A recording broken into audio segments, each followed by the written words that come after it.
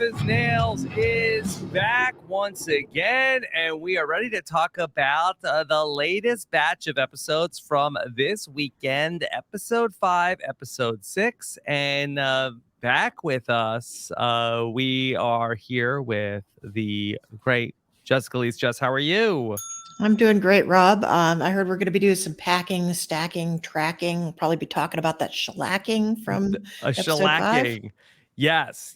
I mean, ultimately, it was like a pretty close team competition. I know in episode 6. Yeah, I'm all over the place trying to come up with a weekend of Tough as Nails, bookending the start and end of our weekend. But we'll talk more about the dominance of Dirty Hands at the expense of Savage Crew.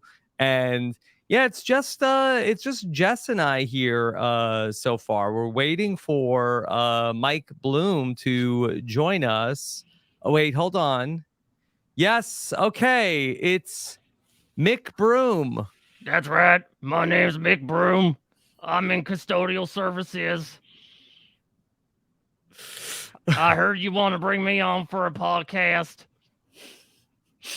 Yes. You know, Rob, this guy looks a little bit like a guy we've seen before. He's kind of familiar to me. He's pretty familiar. Mick Broom, do you have some thoughts on Tough as Nails this week? Oh, absolutely love it. My favorite show on television.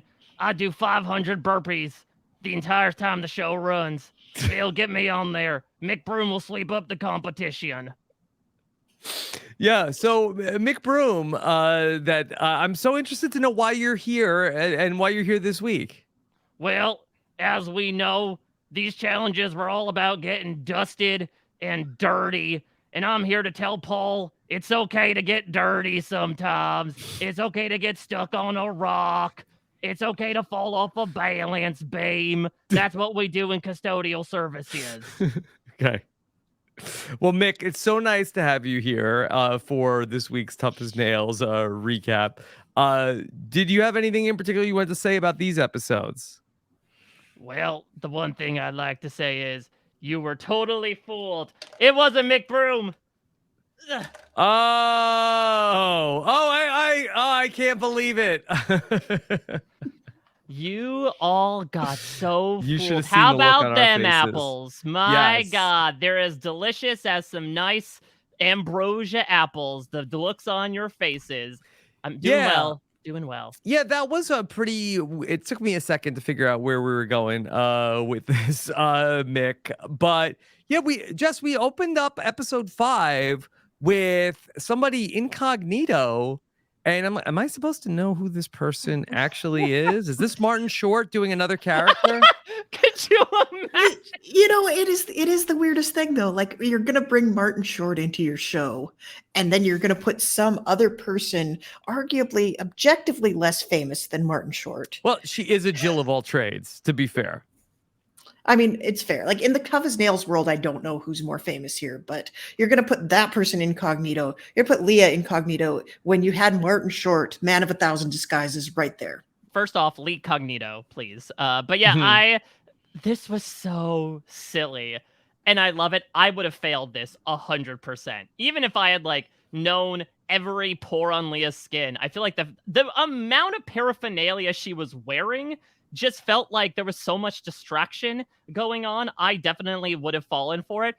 Listen, it's pretty dang random. When we brought in alumni in the past, it was to do with challenges that are usually in their trade. Look, Leah certainly has done a lot. I'm not sure how much apple picking she has done, especially in the high-speed, volatile manner that they did it in this episode. But I'm always happy when they bring in alumni, and it was nice to see Leah here, or Leanne, I suppose. Yeah, was it just that, okay, well, Leah has nothing to do with apple picking, so have her play a character, and then reveal, aha, gotcha, bazinga. Well, we kind of had 2 episodes this week. Like, apple picking was, that's an industry, that's a thing. The second episode, there really was no actual industry involved in that. Like, there was no trade to speak of. So, maybe episode 6 would have been the one to bring her on. I don't know, episode 6 was more so the hazards of bringing things from one place to another, I guess. You gotta find the things. then you gotta drive them across dirt-laden roads. Well, that speaks to Jill of all trades, maybe. Yeah, that's what I'm saying. I just believe that CBS misses. And what did Jack and Jill do, Mike? They made a bad Adam Sandler movie. They went up the hill. Oh, They went up gotcha. the hill, and they had to carry a fetch a pail of water. That's Yeah. carrying things. Yeah, I do. And they believe fell down and broke their crowns. And so did Yes, Cheryl on in rough this terrain. episode. Yeah. Yes. I will say, I think CBS misses Undercover Boss a bit. I think they had some leftover prosthetics. And they're like, all right, who can we put incognito to have them blend in with the rest of these contestants? Okay. All right. Well, that was just the setup for episode number 5. And this was like a really wild competition where everybody was going through the apple orchard. I got to be honest, I didn't really know what was going on, but I was having fun. Can I just say, I think I can say with a stamp of approval after 6 episodes, this is my favorite Tough as Nails season since the first one. Mike, I hear you. I feel the same way. I've really enjoyed, and I don't know if it's maybe just watching the 2 episodes, and I know it's on Friday and Sunday, but I've been watching them back to back, and so I don't know. I feel like I've really liked these characters. But Jess, are you warming up to this particular cast? I feel like I know them a little bit better. And Yeah. I think maybe this does speak to the fact that we're watching 2 episodes at a time. And we're usually like, I don't know about you guys. I don't watch them the second they air. I either watch the screener ahead of time or I catch it on Paramount Plus the next day. And I feel like maybe Tough as Nails is one of those shows that lends itself better to a binge. That is entirely possible, especially when it's like the ongoing storylines of, especially like in the team aspects of it, where the stuff that carries over from one week to the next. And I don't always remember like who did what in the challenge from week to week, but maybe watching 2 episodes in a row and this season having like more of like an ongoing storyline with like the struggles of Savage Crew. No, I have very much enjoyed this season of Tough as Nails. I can't believe we're more than halfway done. Yeah, I don't think it's coincidental that we've talked about how much we've enjoyed this for the first time since the first season, and both of them deal with the recurring storyline of Savage Crew being an absolute Zeppelin crash. I think, again, as I talked about last week, having that narrative in the team competition that serves as a through line rather than we've got to tie it up or we got to get that money and we got to protect the people that have been eliminated, that really carries through. And I think on top of that, this is a really fun cast, not only in terms of personalities and comedy, but as we see over these next 2 episodes, just the ability to speak their mind and the fact to also speak their mind about how not liking when people speak their mind. I really go back and forth as to whether Jessica or my fallen flamingo queen in Cheryl, I've worn flamingos in her honor, is my favorite. But like to have the 2 of them as well as some of these other standouts on one season is something we don't often get on Tough as Nails. Well, one of the other interesting storylines is that we've had this, I think, for the first time in Tough as Nails. I can't recall another time where this happened, where basically Dirty Hands has sort of like has anointed, okay, Cheryl is the crew boss. She's basically gonna like I think this is the 4th time that she is going to be our leader. She's good at it, and she's basically like the coach of this team. And I do think that has been very interesting to, follow along with, as opposed to like different people bouncing around. And now I also feel like that Savage Crew has had Jessica do it a number of times. Also, I don't know if they're sort of trying to copy what's been working for Dirty Hands. But Jess, can you remember another time that a person has done as many being the crew boss? It's happened at least one other time that I can think of, but I can't think of exactly which one it is. I want to say maybe Sergio was the crew leader a lot of times last season. Yeah.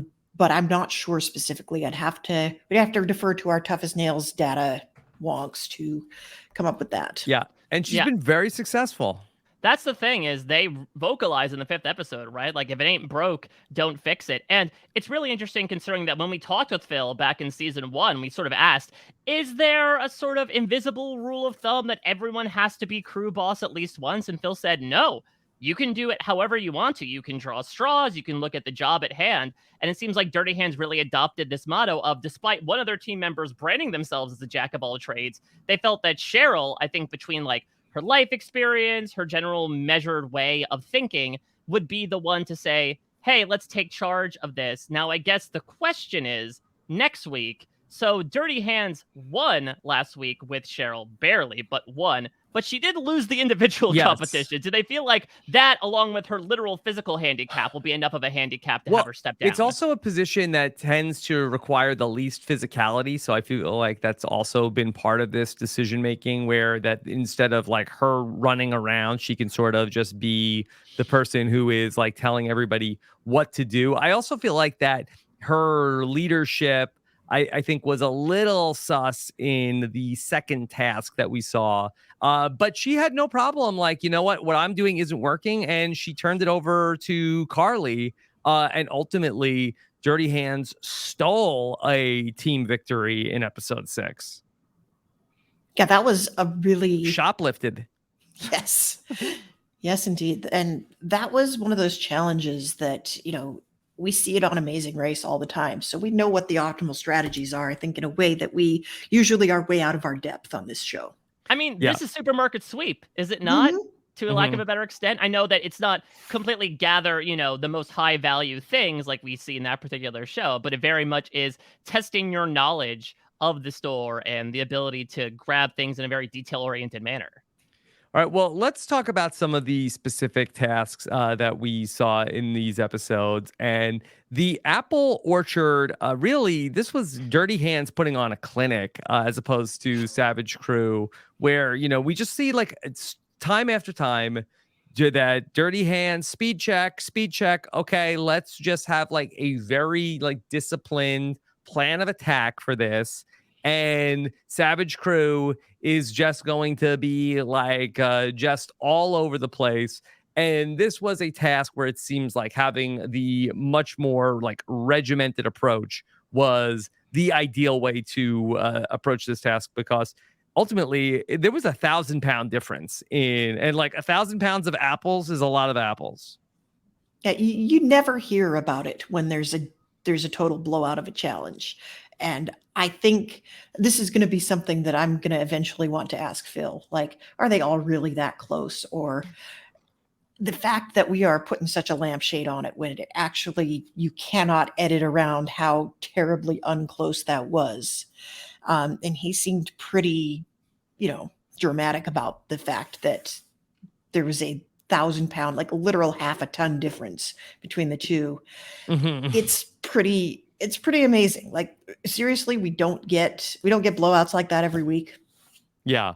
No, what I think is interesting is, even though it was such a blowout of an outcome, they tried to like edit it to be a little close. You had those confessionals of Dirty Hands, people being like, but I don't know, Jessica swiped one of the baskets out from under Ben. But I think it was maybe more so to just recap the action. I guess the other question, as we get into eventually the debriefing of it all, and definitely one of the most heated conversations we have ever had on Tough as Nails between Jessica and Akilah, is, do you think Savage Crew threw out the equivalent of 1,000 pounds of apples with just all of the nonchalant, willy-nilly tossing they were doing onto these poor bushels? Yeah, it's possible. That my questions about this were like there was the infiltration that was going on. Infiltrate. Just, did you get a sense of like they were just taking the apples that were on the course? Yeah. For the other team?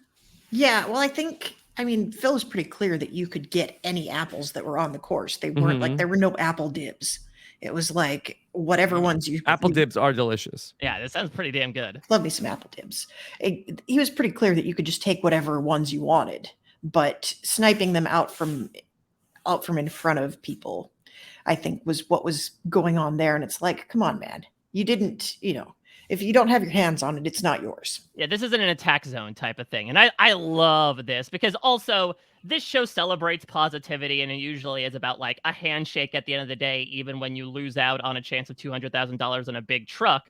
But here, it all goes out the window, just like One World, actually, similarly to that season, right? Michael Jefferson style, just grab whatever happens. And I love that Savage Crew is the first to make the Savage move and just start hopping into... because essentially these two tractors were going parallel side by side. And so you think, okay, just grab the bushels that are in front of you. But here comes Jessica being like, nope, screw that. And then just cuts to the right and starts picking up bushels. And then it is all out mayhem from then on out. And it leads to an absolute fracas, to your point, Rob. Very hard to track, but still a very fun visual. Yeah, but I feel like that we did not end up seeing that much bad blood between the two teams over this. I was like, that we might really see some heated words between Savage Crew and Dirty Hands. We ultimately just saw heated words between Savage Crew and Savage Crew. Yeah, it was intra. It wasn't inter. Yeah, so you would think that like, oh, Paul's not gonna like this, but no, everybody seems to be getting along. It was all in good Paul fun. also did not like it though. I think that's becoming my favorite thing about Paul is that he complains about every single team challenge. And like, I don't want him to take on the stereotypical grumpy old man persona, and he has been through a lot. He talked about the physical rigors of going through chemo only a year ago and now having to do all this, but one of my low-key favorite parts of Tough as Nails Season 5 is Paul coming into a challenge and being like, oh, God, again? All right, let's do this. Yeah, I mean, are we to take from this that these challenges are worse than having chemo? I mean, what was he like when he was getting Julie the treatments? Chen Moonves. Yeah, I don't know. I mean, it seems like that he was just gassed that he could want to borrow somebody's lungs, right? Yeah, I mean, I thought he was putting in such great work. Like really an inspiration to see how much of a bounce back he's made. But it's just like, I think there's people that are, they're not genuinely, and we've seen this on Amazing Race a million times. We've seen people like, they're not genuinely bad at the tasks. They're not genuinely like, they don't really hate their life. That's just how they process what they're doing at any given time. I think Paul is one of these people like a Brooke or a Haley, where they're doing okay, but they're not really miserable. They're just talking. Also, one of my favorite parts of these two episodes was in the second challenge where Paul, I don't know if you all saw this, he had a pole he was carrying to the loading up area and he went, pole vaulting! And he just like threw himself into it with the pole. I did not catch that. But Paul was gassed. We saw also Carolina was also pretty gassed. It seemed like that she had just gathered a bunch of apples and took a break and was just like sitting around and waiting for the truck to come. Ultimately, when Savage Crew loses the challenge, we're going to see Akila's going to be really down on her team. And, that we saw Jessica sort of say to everybody about like, hey, let's just like, this isn't a sprint. We don't have to go all out. And Akila was like, no, we did need to go all out. And Akila, I just think, has like a level of physicality that nobody else on this team seems to be able to match. And I think she might be like a real contender to win the whole season. Well, I think especially considering that the prize is individual and not team-based, and not to say that she has problems playing with other kids. She and Jessica actually get along surprisingly swimmingly in that second challenge until they lose, and then it immediately goes back to square one. But what I think you did was really nail what Akila's dynamic is like, I don't think she means badly. I don't think she's saying like, you all are slobs, you're weaklings, I hate this. But she comes from this ultra competitive world of martial arts where like training is all about pushing your body to the breaking point and then some. And so I think her bar for like physical acumen is sky high at this point. Yeah. And I don't think Jessica was lying when she said like, I did my best. I put in everything that I want to. It's more so an ability of like, we talk about this in Survivor, right? In a tribal aspect where you have these bigger guys being like, well, so-and-so skinnier woman isn't doing it in the challenges. She's not participating enough. And they're like, I am. It's just that you are in a completely different planet than I am. And so my 100% is not going to equal your 100% necessarily. Yeah, Jess, it's interesting that in the second episode, we had that it was Akila and Cheryl go head-to-head in the overtime in the second episode. And the two of them are really just such contrasts in style, where Cheryl is all about speed check, we're going too fast, let's check it out, let's make sure we're doing the right thing. Where Akila is like, no, forget this. Like, we are not going fast enough. We need to be moving faster. And I think that we saw this last season. I think that she has like a little bit of angel in her, where Mhm. I think that she's probably like a little more organized than Angel ultimately was, where I think that he was presented as more of like a chicken without its head. But like she's just like she's like, I can go fast. Like, why aren't we just going faster? Well, that speaks again to what her background is.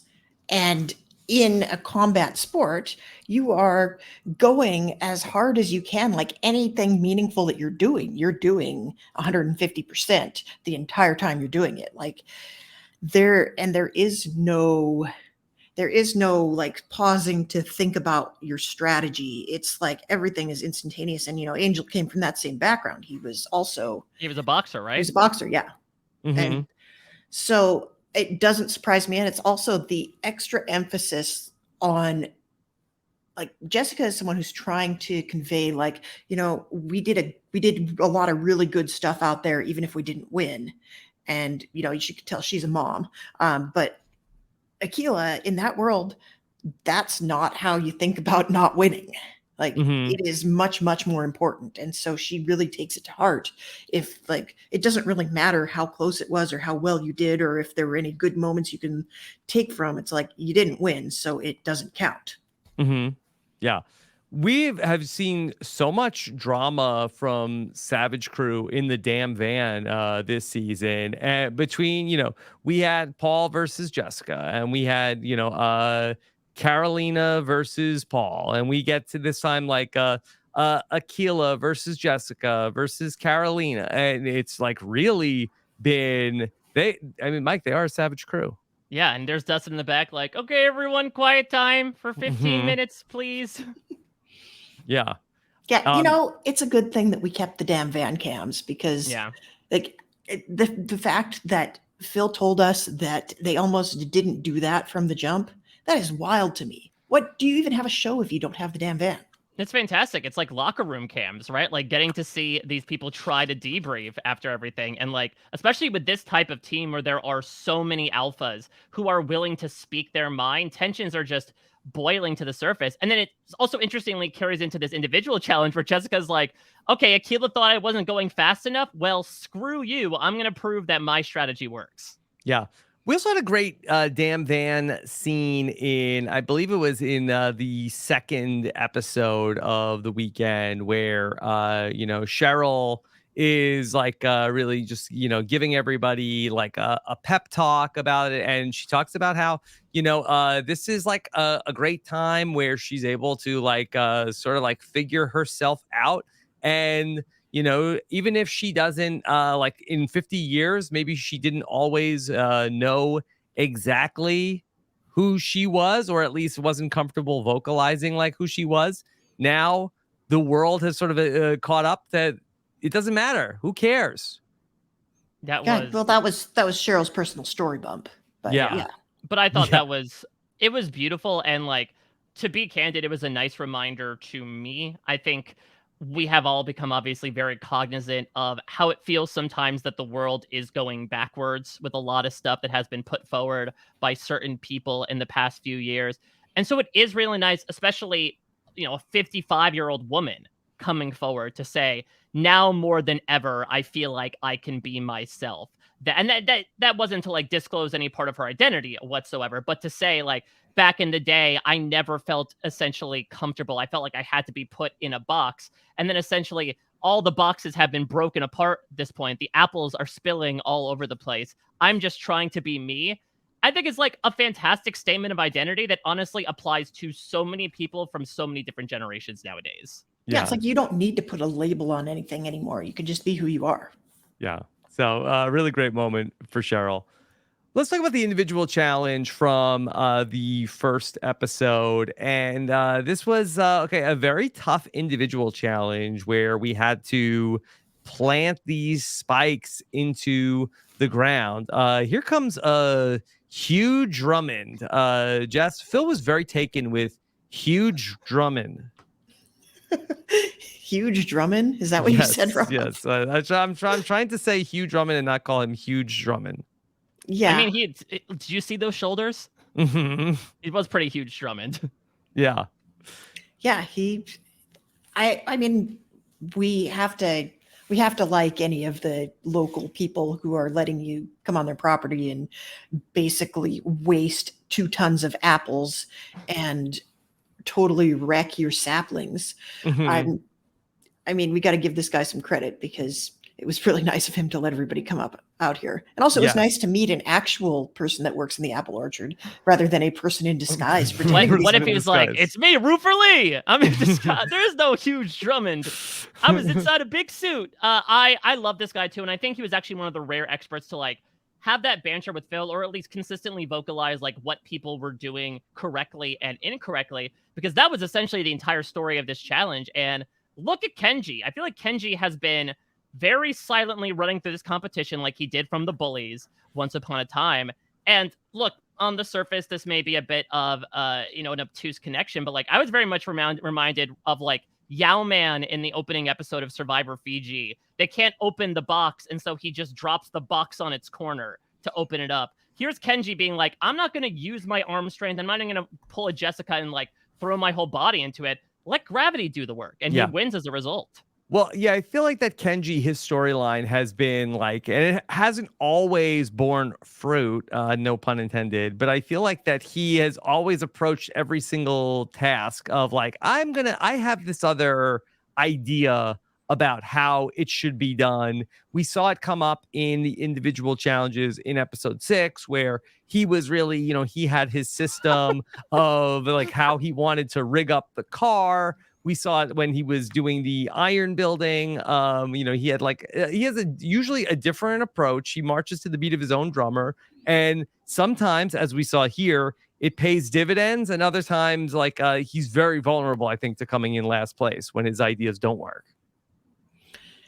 Yeah, I think it's not always a question of working smarter, not harder. It's a question of thinking outside the box. And Yes. sometimes you shouldn't be outside the box. Sometimes you need Yes. to very much be in the box. Right. If this was the Amazing Race, then Kenji is the person like where everybody's like, okay, all of the teams are going this way. I'm just going to follow them. Where Kenji is the guy, like, I've looked at the map. I think I have a shortcut. Yeah, or everybody's doing that detour. I'm going to do this other one just in case it's quicker. Yeah. And you might end up like getting it done quicker and better and being the first team to arrive, or you could end up in last place. You could end up with Phil coming out to get you 3 hours later. Yes.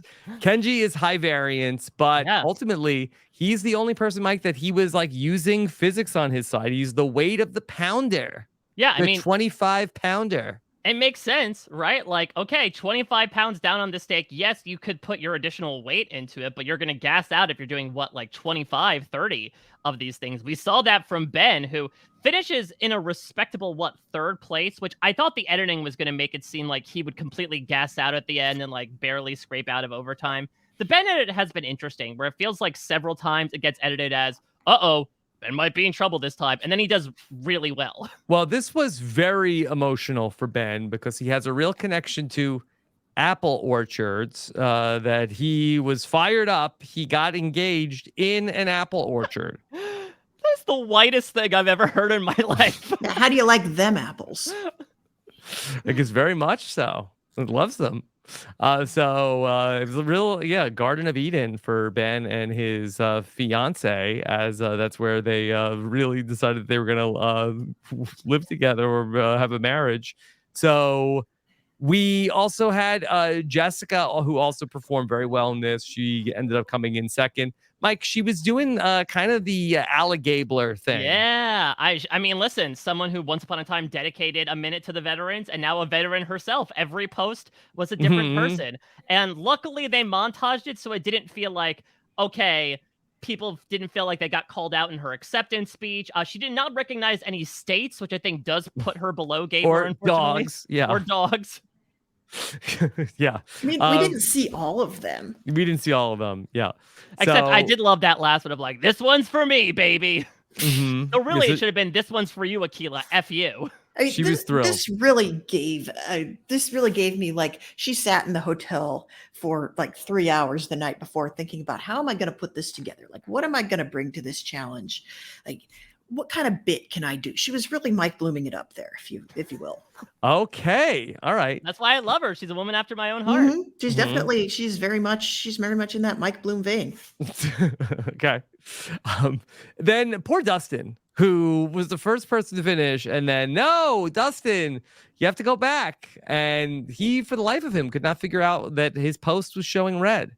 Yeah, but I think the main person who ends up falling here is Marcus, because Marcus, I think, got the check third and falls all the way down to ninth after he wasn't able to tie off like one sapling. I did think initially, like, okay, this is going to be Dustin's Achilles heel, but he was able to figure it out. He just missed out on, what was it, $5,000. Well, I mean, that's not nothing.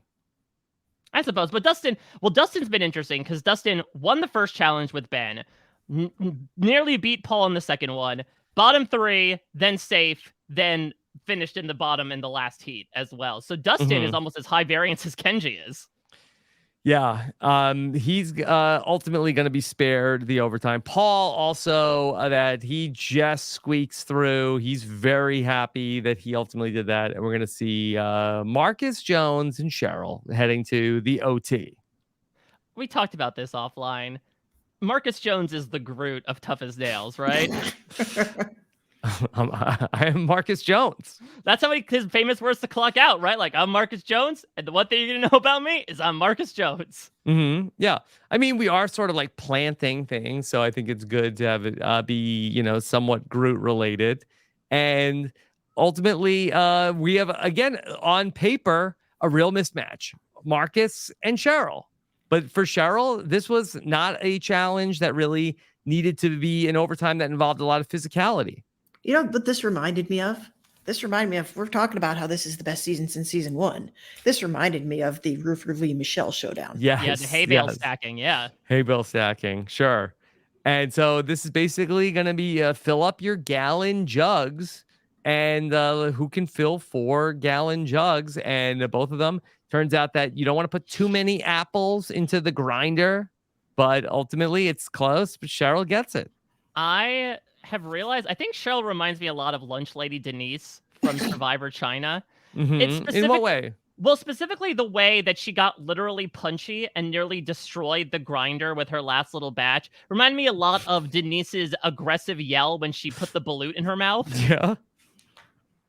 Yeah, I felt like Phil was genuinely concerned. He's like, I don't want to have to pay this bill. Like, we're already on the hook for so many apples that you guys just flung all over the place. Please don't make me also have to pay for a cider mill. Well, yeah, because it seemed like the grinder itself was like this metallic, obviously, vent into it with like a surrounding of wood. I don't know how that wood was adhered to the metal, but Cheryl somehow banged it off with just the amount of pressure she was putting with that poor little grinding thing. Yeah, she ultimately is going to be like running around the thing to get leverage on it. She gets all of the cider going, and ultimately she wins. Marcus, he gets to give his catchphrase, "I am Marcus Jones," and then Phil comes out with to toast the cider to everybody. Jess, do you think after these last 2 days of smashing apples, being around, do you think that everybody actually liked the cider, or were they so sick of apples that they faked it for the show? Well, I think it's one of those things where you kind of have to drink it and pretend you like it. But it's not like it's foot wine. It's not like you're stomping grapes here. Well, now It's the not question is, gross. yeah, they had like show cider, right, for them to drink. It wasn't like, okay, here are the 4 jugs that Cheryl just filled up. Here's whatever nastiness they just threw in there. Well, there's like a significant filtration and fermentation process that goes into making actual cider. So this was like the stuff at the orchard that people pay like $8 a bottle for. So and they got it for free. Yeah. Well, I mean, I'm sure the show probably paid for it. Probably, yes. Yeah. But they toasted the cider, and then we got treated to like send Phil out to if America's Got Talent, Canada's Got Talent, New Zealand's Got Talent. Yeah, he's quite the juggler. Yeah, I did not know he had it in him. Incredible. I love these post-credit scenes. We didn't talk about this last week, but they like went to a motocross race after they built the whoops. I hope this keeps being a thing. Yeah. I mean, Well, we get it's to always see. been a thing. On Tough as Nails, it's always been a thing where we've had like little social moments, like the time that everybody had a barbecue after they finished setting up a Yes. backyard. Yeah, Yes. but I'm specifically meant. It's almost like what they do in The Bachelor, right? Where they put like, because they flashed back to the whole Leanne situation to have Phil juggling. So I hope we get more like little deleted scenes in it, Yeah. if only to like showcase more Phil Well, goofiness. much like Groot's films, you have to stay until after the credits on Tough as Nails. Don't leave. Is that how Don't All turn it Stars is off. going to be announced? Samuel L. Jackson will appear and announce All Stars, the Avengers, is being assembled. Yes. Yes. Okay. So, all right. Dirty Hands, they had a 3-2 lead going into task number 6. And they go to like the big box warehouse store. Now, it was is this a common store in Canada? I think so. Yeah, I think this Yeah. is Canadian Home Depot, basically. Canadian Home I Depot. I mean, feel I like think the they color scheme also looked like Lowe's, but maybe it's Canadian Lowe's. I'm not sure, but it seemed like in this challenge, being Canadian gave you a leg up because all of these people work in the kind of field where they have to go to the home goods store fairly often, and they all know their way around it. mhm. So that was kind of funny. It's like, okay, just let the Canadians lead the way because they know where everything is in this store. Yeah. We saw that, and Jessica says she says she's in a store like this every single day. Just not getting the right color gravel, it seems. Mm-hmm. Yeah. You got to Was check that? those SKUs. I mean, that was, for some reason, we always obsess in these reality shows over yelling over the like most minute ridiculous thing, and to have like Jessica and Akila talk back and forth about like, I got antique oak, no, it's mystic oak, get the right oak. It's pretty ridiculous the more you think about it. This was such an intriguing challenge because it really looked like that. Okay, for once, or for the first time in a while, the Savage Crew approach of all right, everybody fan out, everybody go out and everybody grab stuff and bring it back here. This was the task that approach was going to work. Jess, we saw Cheryl said, I'm going to have the list. I'm going to go out into the field. And then we saw where Dirty Hands was struggling to find Cheryl. And it looked like Savage Crew at one point seemed to have like a pretty big lead. Yeah, but if there's one thing Savage Crew is good at, it's snatching defeat from the jaws of victory. Yeah, I mean, we saw one of the Savage Crew wins. It looked like that this was like the inverse of that, where it looked like that Dirty Hands had it the whole way, and then Savage Crew just snuck in at the end when they had to galvanize the steel tractor that they were pulling, and then this was Mike the opposite of that.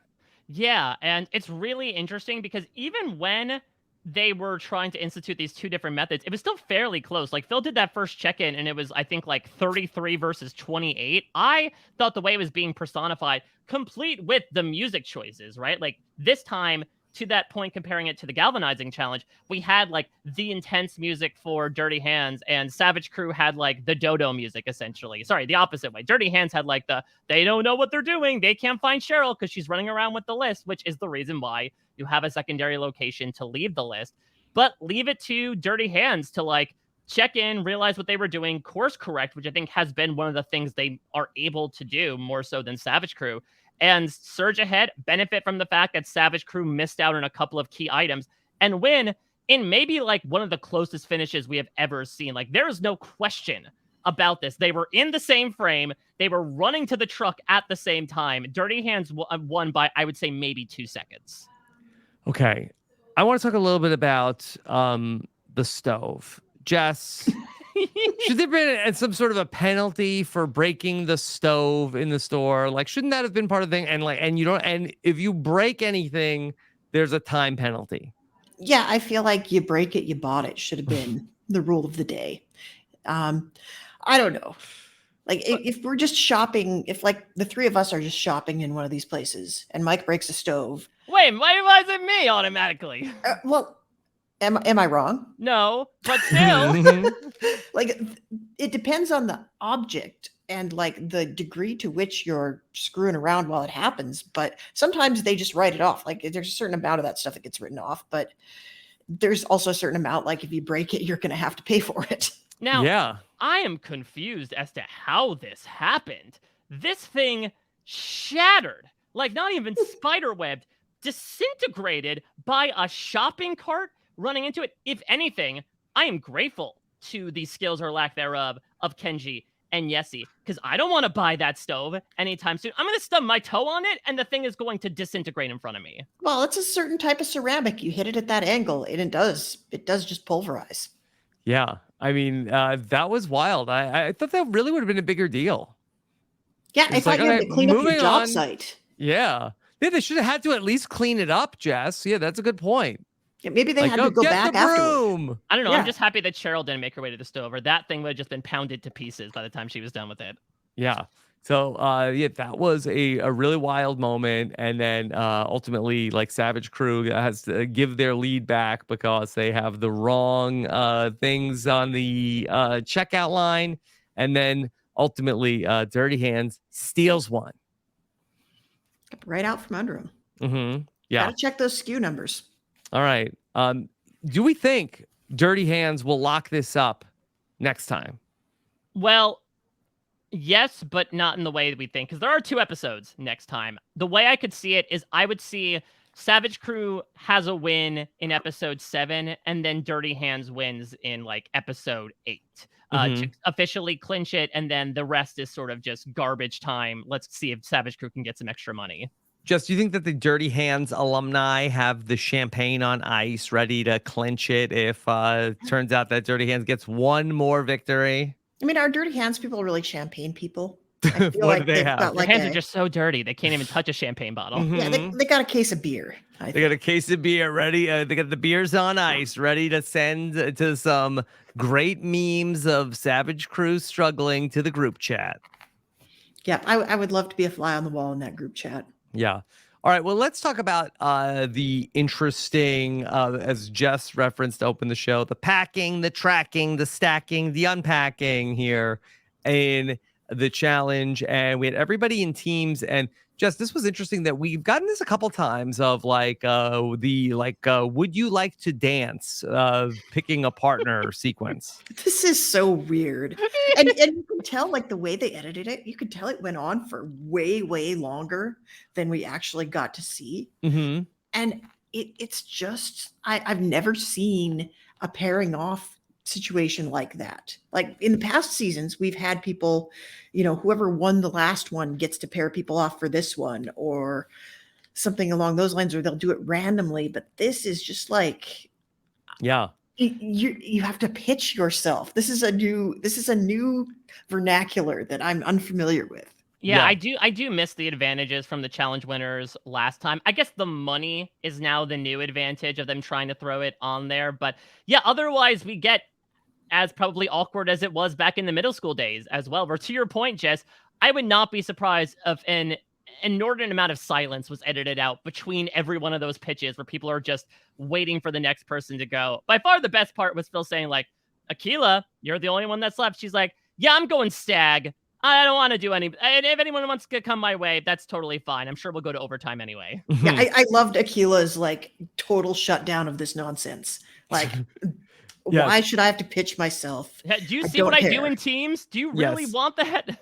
Cheryl is also the queen of like, I would also like to pitch to this person. I know that Cheryl is going to make it awkward. I feel like, Jess, didn't she do that the first time around also? Yeah. Yeah. And I think it's one of those situations. I think there's some production interference. Like they got their thumb on their scales on that one. They're going to Cheryl and like, hey, it can't just be like everybody says yes to everybody all the time. You got to go in there. You got to make it weird. Yeah, but I'll also give it to Todd here of why should your thought be always go with the first person who said your name? Like, I don't think dibs should really come into play when you're competing for $200,000. Yeah, I don't think it really was how he made the decision. I think he's like, well, Cheryl can barely walk. And Jessica is right here. I'm going to take Jessica. Like, she does have the capacity to hurl tires at my head. But she doesn't love Tetris like Paul. I mean, I thought that was a pretty good pitch. Listen, Paul doesn't like dirt. He doesn't like running. He doesn't like mud, but he loves Tetris. Look, tough as nails contestant after my own heart. Mike, what do you think that Paul's reaction is when Paul has it all set up for a long straight piece and he ends up getting one of the squiggly ones? Oh, come on! Get straight! fix it. Who did this piece? Not that one. Not Shut that up. one. Come Yeah. on. And then he comes out like, whoa, that was a pretty good game. I had a great time. Yeah, I don't think we did anything wrong there. Yeah. All right. So the teams were gonna compete back and forth. There's some interesting styles. Just I enjoyed this. This was fun to see how the different approaches were gonna work, and it was a little bit of like, oh, that's not gonna work. Yeah, I like the tires on the ring toss situation. That was really fun. I love the hose just sort of dangling off the back of the truck like a tail. I want Kenji to like have an installation in MoMA. That thing was a work of art with just willy-nilly. Well, just throw the tires over the pieces of plywood and we'll just sort of loosely drape the hose over it. Yeah, I mean, he had a plan, but it was just like that was not a plan that was going to work. Well, just I think that Kenji was sort of like indignant about it, where he's like, hey, nothing fell off. It's just dragging. It's fine. Like that should still count. The hose is just touching the ground. It's all still on there. Yeah, and everybody's like, yeah, nobody call Canadian OSHA because that's not compliant with anything. Yeah, I do fear Todd said that he has, comprehensive packing experience from moving his kids in and out of college. God help Kenji's children is all I will say. Like, well, we dragged your mini fridge for the past 15 miles, but I think it's still good. Still good. We got this. Bad news about the stove.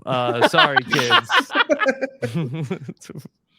We'll get you a hot plate. What did Kenji's response to that? Like, that's hilarious, bro. I think that's how he'd respond as well if his own daughter's stove fractured. Yeah. Sorry. I hope you didn't need that microwave. But we had a second round, the second heat. And just I like this because it was like you got to kind of learn from what went wrong in the first heat and have another chance at this. And so it was about who could make adjustments between when Kenji and Dustin got to go against Akila and Cheryl. Yeah, and I think Kenji is probably very good at that sort of thing. Like he's way outside the box, and then he's going to decide if he needs to get weirder or less weird. Mm-hmm. Yeah. So ultimately, they're able to pull it off. I did kind of think that Akila and Cheryl were going to have it nailed down. Like I thought that Kenji was like, no, my system is perfect. Like I just need a little adjustment and it's gonna work. And I kind of thought that Cheryl and Akila were gonna beat them, but no, Cheryl and Akila are going to go back into the overtime, second overtime for Cheryl this weekend.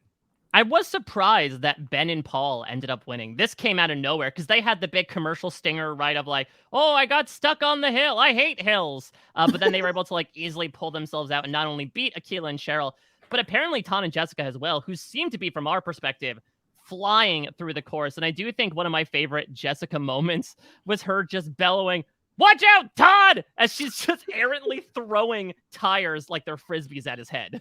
Mm-hmm.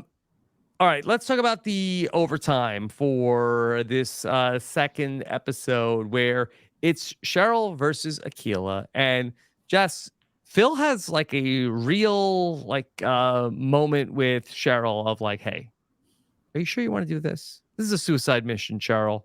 You sure you want this?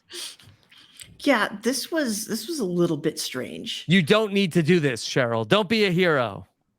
Yeah, which it feels like it's very against the tough as nails ethos because Cheryl's just like, nah, man, I rubbed some dirt on it. I'm good.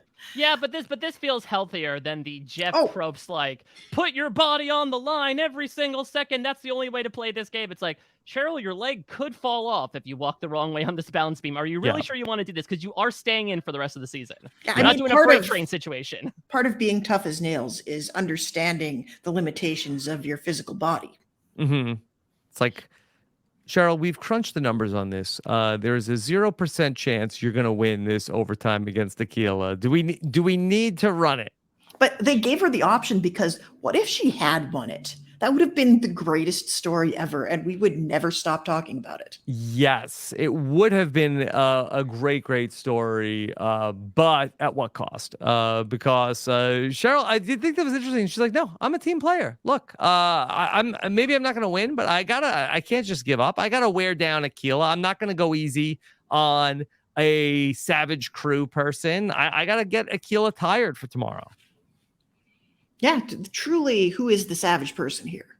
Yeah. That's why I love Cheryl. Is like, as she mentioned, Cheryl's like sassy. She's punchy. She talks about it, right? Carly's a nice like ray of sunshine, and I'm like the overcast skies that may or may not tell you when it's raining. And right now, she's gonna rain down Yeah. as she fumbles here. No, seriously though, that's how nice Carly is. That Cheryl is like, boy, I wish I could be that nice. And Cheryl is already like the nicest person ever. Yeah, though, Rob, I feel like every single one of these people in this cast, I feel like if we were to speak to any of them, they would be the nicest person we've ever met. Even Paul. Even Paul. Like, I would say Paul is probably like, for a tough as nails contestant, he's a little bit rough around the edges, but as a human, he's probably nicer than all of us put together. As long as you're not like, Paul, get in this mud puddle with me and let's chat about the season. Yeah, I mean, I think I could have a beer with him. I don't know if I want to mud wrestle him. Okay, fair enough. RHAP OOC, that one's for you.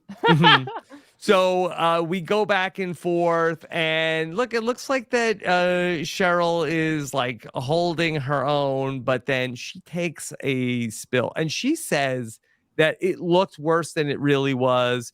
And on the slow-mo replay, like, I give her that, but I was like, oh, and Cheryl just broke her leg. Yeah, this is like a Tua situation of like, are you really going to keep going? Like, oh no, I think you should go see the doctor about this. Because we also had in the previous OT, she rolled that same ankle while she was running through the field almost immediately. So I don't know if Cheryl's going to end up in an iron lung by the end of all this. But clearly this was something that put her behind even further. But Akilah was really interesting here. And she's also growing to be one of my favorites because I feel like her character showed a lot of complexity. The past few episodes, she has very much been about like, what are y'all doing? Keep the team strong. You're not putting in enough hustle. And then we discover a bit of her vulnerabilities that even she didn't realize about how her father hadn't been around essentially. And that was a presence that she didn't necessarily need, but wanted. And so he had worked in concrete and she happened to use that moment to like channel him and almost like send a message out to him as well of, even if you're not watching the show, I know wherever you are, just know that I do love you and I do appreciate you. Yeah, because at first, I had thought that her father had passed, but it makes it seem like she spoke about him in the present tense, correct? That he is still alive, just so that they are estranged. I think she may not know for sure. Yeah, okay. So yeah, I don't want to put like that type of label on, but that would be amazing if they end up sort of reconnecting over this, and because it is like a really great moment in the show. Yeah, it was really powerful. And it was almost like I really hated to see Cheryl go out like this at this point, but it was really hard to begrudge Akilah that win. Mm-hmm. Yeah, and I think it'll be interesting to see, will this affect Akilah moving forward? That I think she has been, based on her own worldview, pretty critical of like other people being emotional. You know, she's the one that talks back at Jessica being like, don't you raise your voice at me. And now here's a moment where she's been emotional, that she's let her emotions show a bit on her sleeves. Is that something that she'll be using to find some common ground with her team? Because she explicitly says in one of these episodes, like, yeah, I don't know if we'll ever get on the same page. Maybe this is a few words towards being on that same page. Okay. Well, this was a really great moment. Sad to see Cheryl have to punch out of the individual competition, but probably for the best, because we know what that Tough as Nails final looks like. And it doesn't seem like Cheryl in her current state and with how her leg is doing, that she's going to ultimately be able to beat out two other people in that Tough as Nails final. No, she definitely wasn't going to win, but she was really fun to root for. It's the beauty of Tough as Nails. She's still around. Yeah, and she'll get the benefit of probably being the crew boss for the remaining few episodes. Real quick, because now we're down to, 7 people, and we'll be down to 5 next week. We're like more than halfway through. Do any of you have like a chalk winner pick in mind? I know we said the winners that it doesn't exist for the show, but based on what we've seen so far, who do you think's most likely to take it home in the end? I can give you some chalk picks for finalists, but I don't know if I have a clear draw on who I think the winner is going to be. Like, I think I see both Akilah and Ben in the finals. Yeah, I'm starting to feel Akilah now. Yeah, Akilah, Ben, Jessica would be the best final. There'd be the best final. I don't know. I think Dustin has a very good shot of winning. Yes, he's definitely fumbled the bag a few times, but considering that final gauntlet is just like barrel on through, maintain a cool head, and just put your head down, like that's what Dustin has been built up to be on Savage Crew. I'm not sure if other people like an Akilah, like a Jessica, who have those hotter personalities might flare out over the course of that gauntlet. Okay. Well, let's leave it there for now. We may be reconnecting for some more Tough as Nails later on this week. Stay tuned for that. Jess, anything else you want to add? No, this was a great pair of episodes. Always love being here talking it out with you guys. Yeah, it was a fun week. Jess, what's coming up for you? Well, I am currently in the middle of like podcast crunch time. This is my last week of 4 podcasts a week. Thank God. I will be recapping the final episode of Walking Dead Dead City with our usual panel of Push Show recaps with Josh Wigler, AJ Mass, and Chappelle. And that's been a really fun season. I highly recommend if you've fallen off of Walking Dead, this is a good one to pick back up because it was really highly entertaining. We had a good time talking it out. And then, of course, Mike Blue and I talk about Star Trek Strange New Worlds every week, and that is also terribly fun. And then Dan Heaton and I are covering Amazing Race Canada over on Reality TV RHAP Ups. And again, I have no complaints about what I'm watching and covering. It's just that there's an awful lot of it lately. Okay. Well, Jess, great to get to chat some Tough as Nails with you here this week as we cross the halfway point. Mike, what's coming up for you?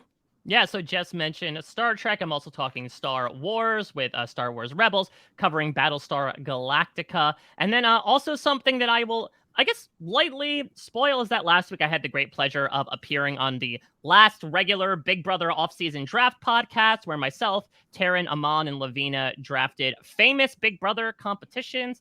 And I had the pleasure of Dirty Hand style just edging out a win there. Ooh. And so I get to join the winners for our own Winners at War Brant Steel, where we get to draft teams of Big Brother contestants that get thrown into a Brant Steel. I am very much not used to being a participant in said Brant Steel, so I'm excited to like step back from being crew boss and allow myself to just be one of the regular teammates here. Okay, well, have fun with that, Mike. Of course, we've got coverage of Claim to Fame coming up later on Monday night as well. And of course, our Survivor 44 postseason interviews up on robhasawebsite.com. Thank you so much for joining us. Take care, everybody. Have a good one. Bye.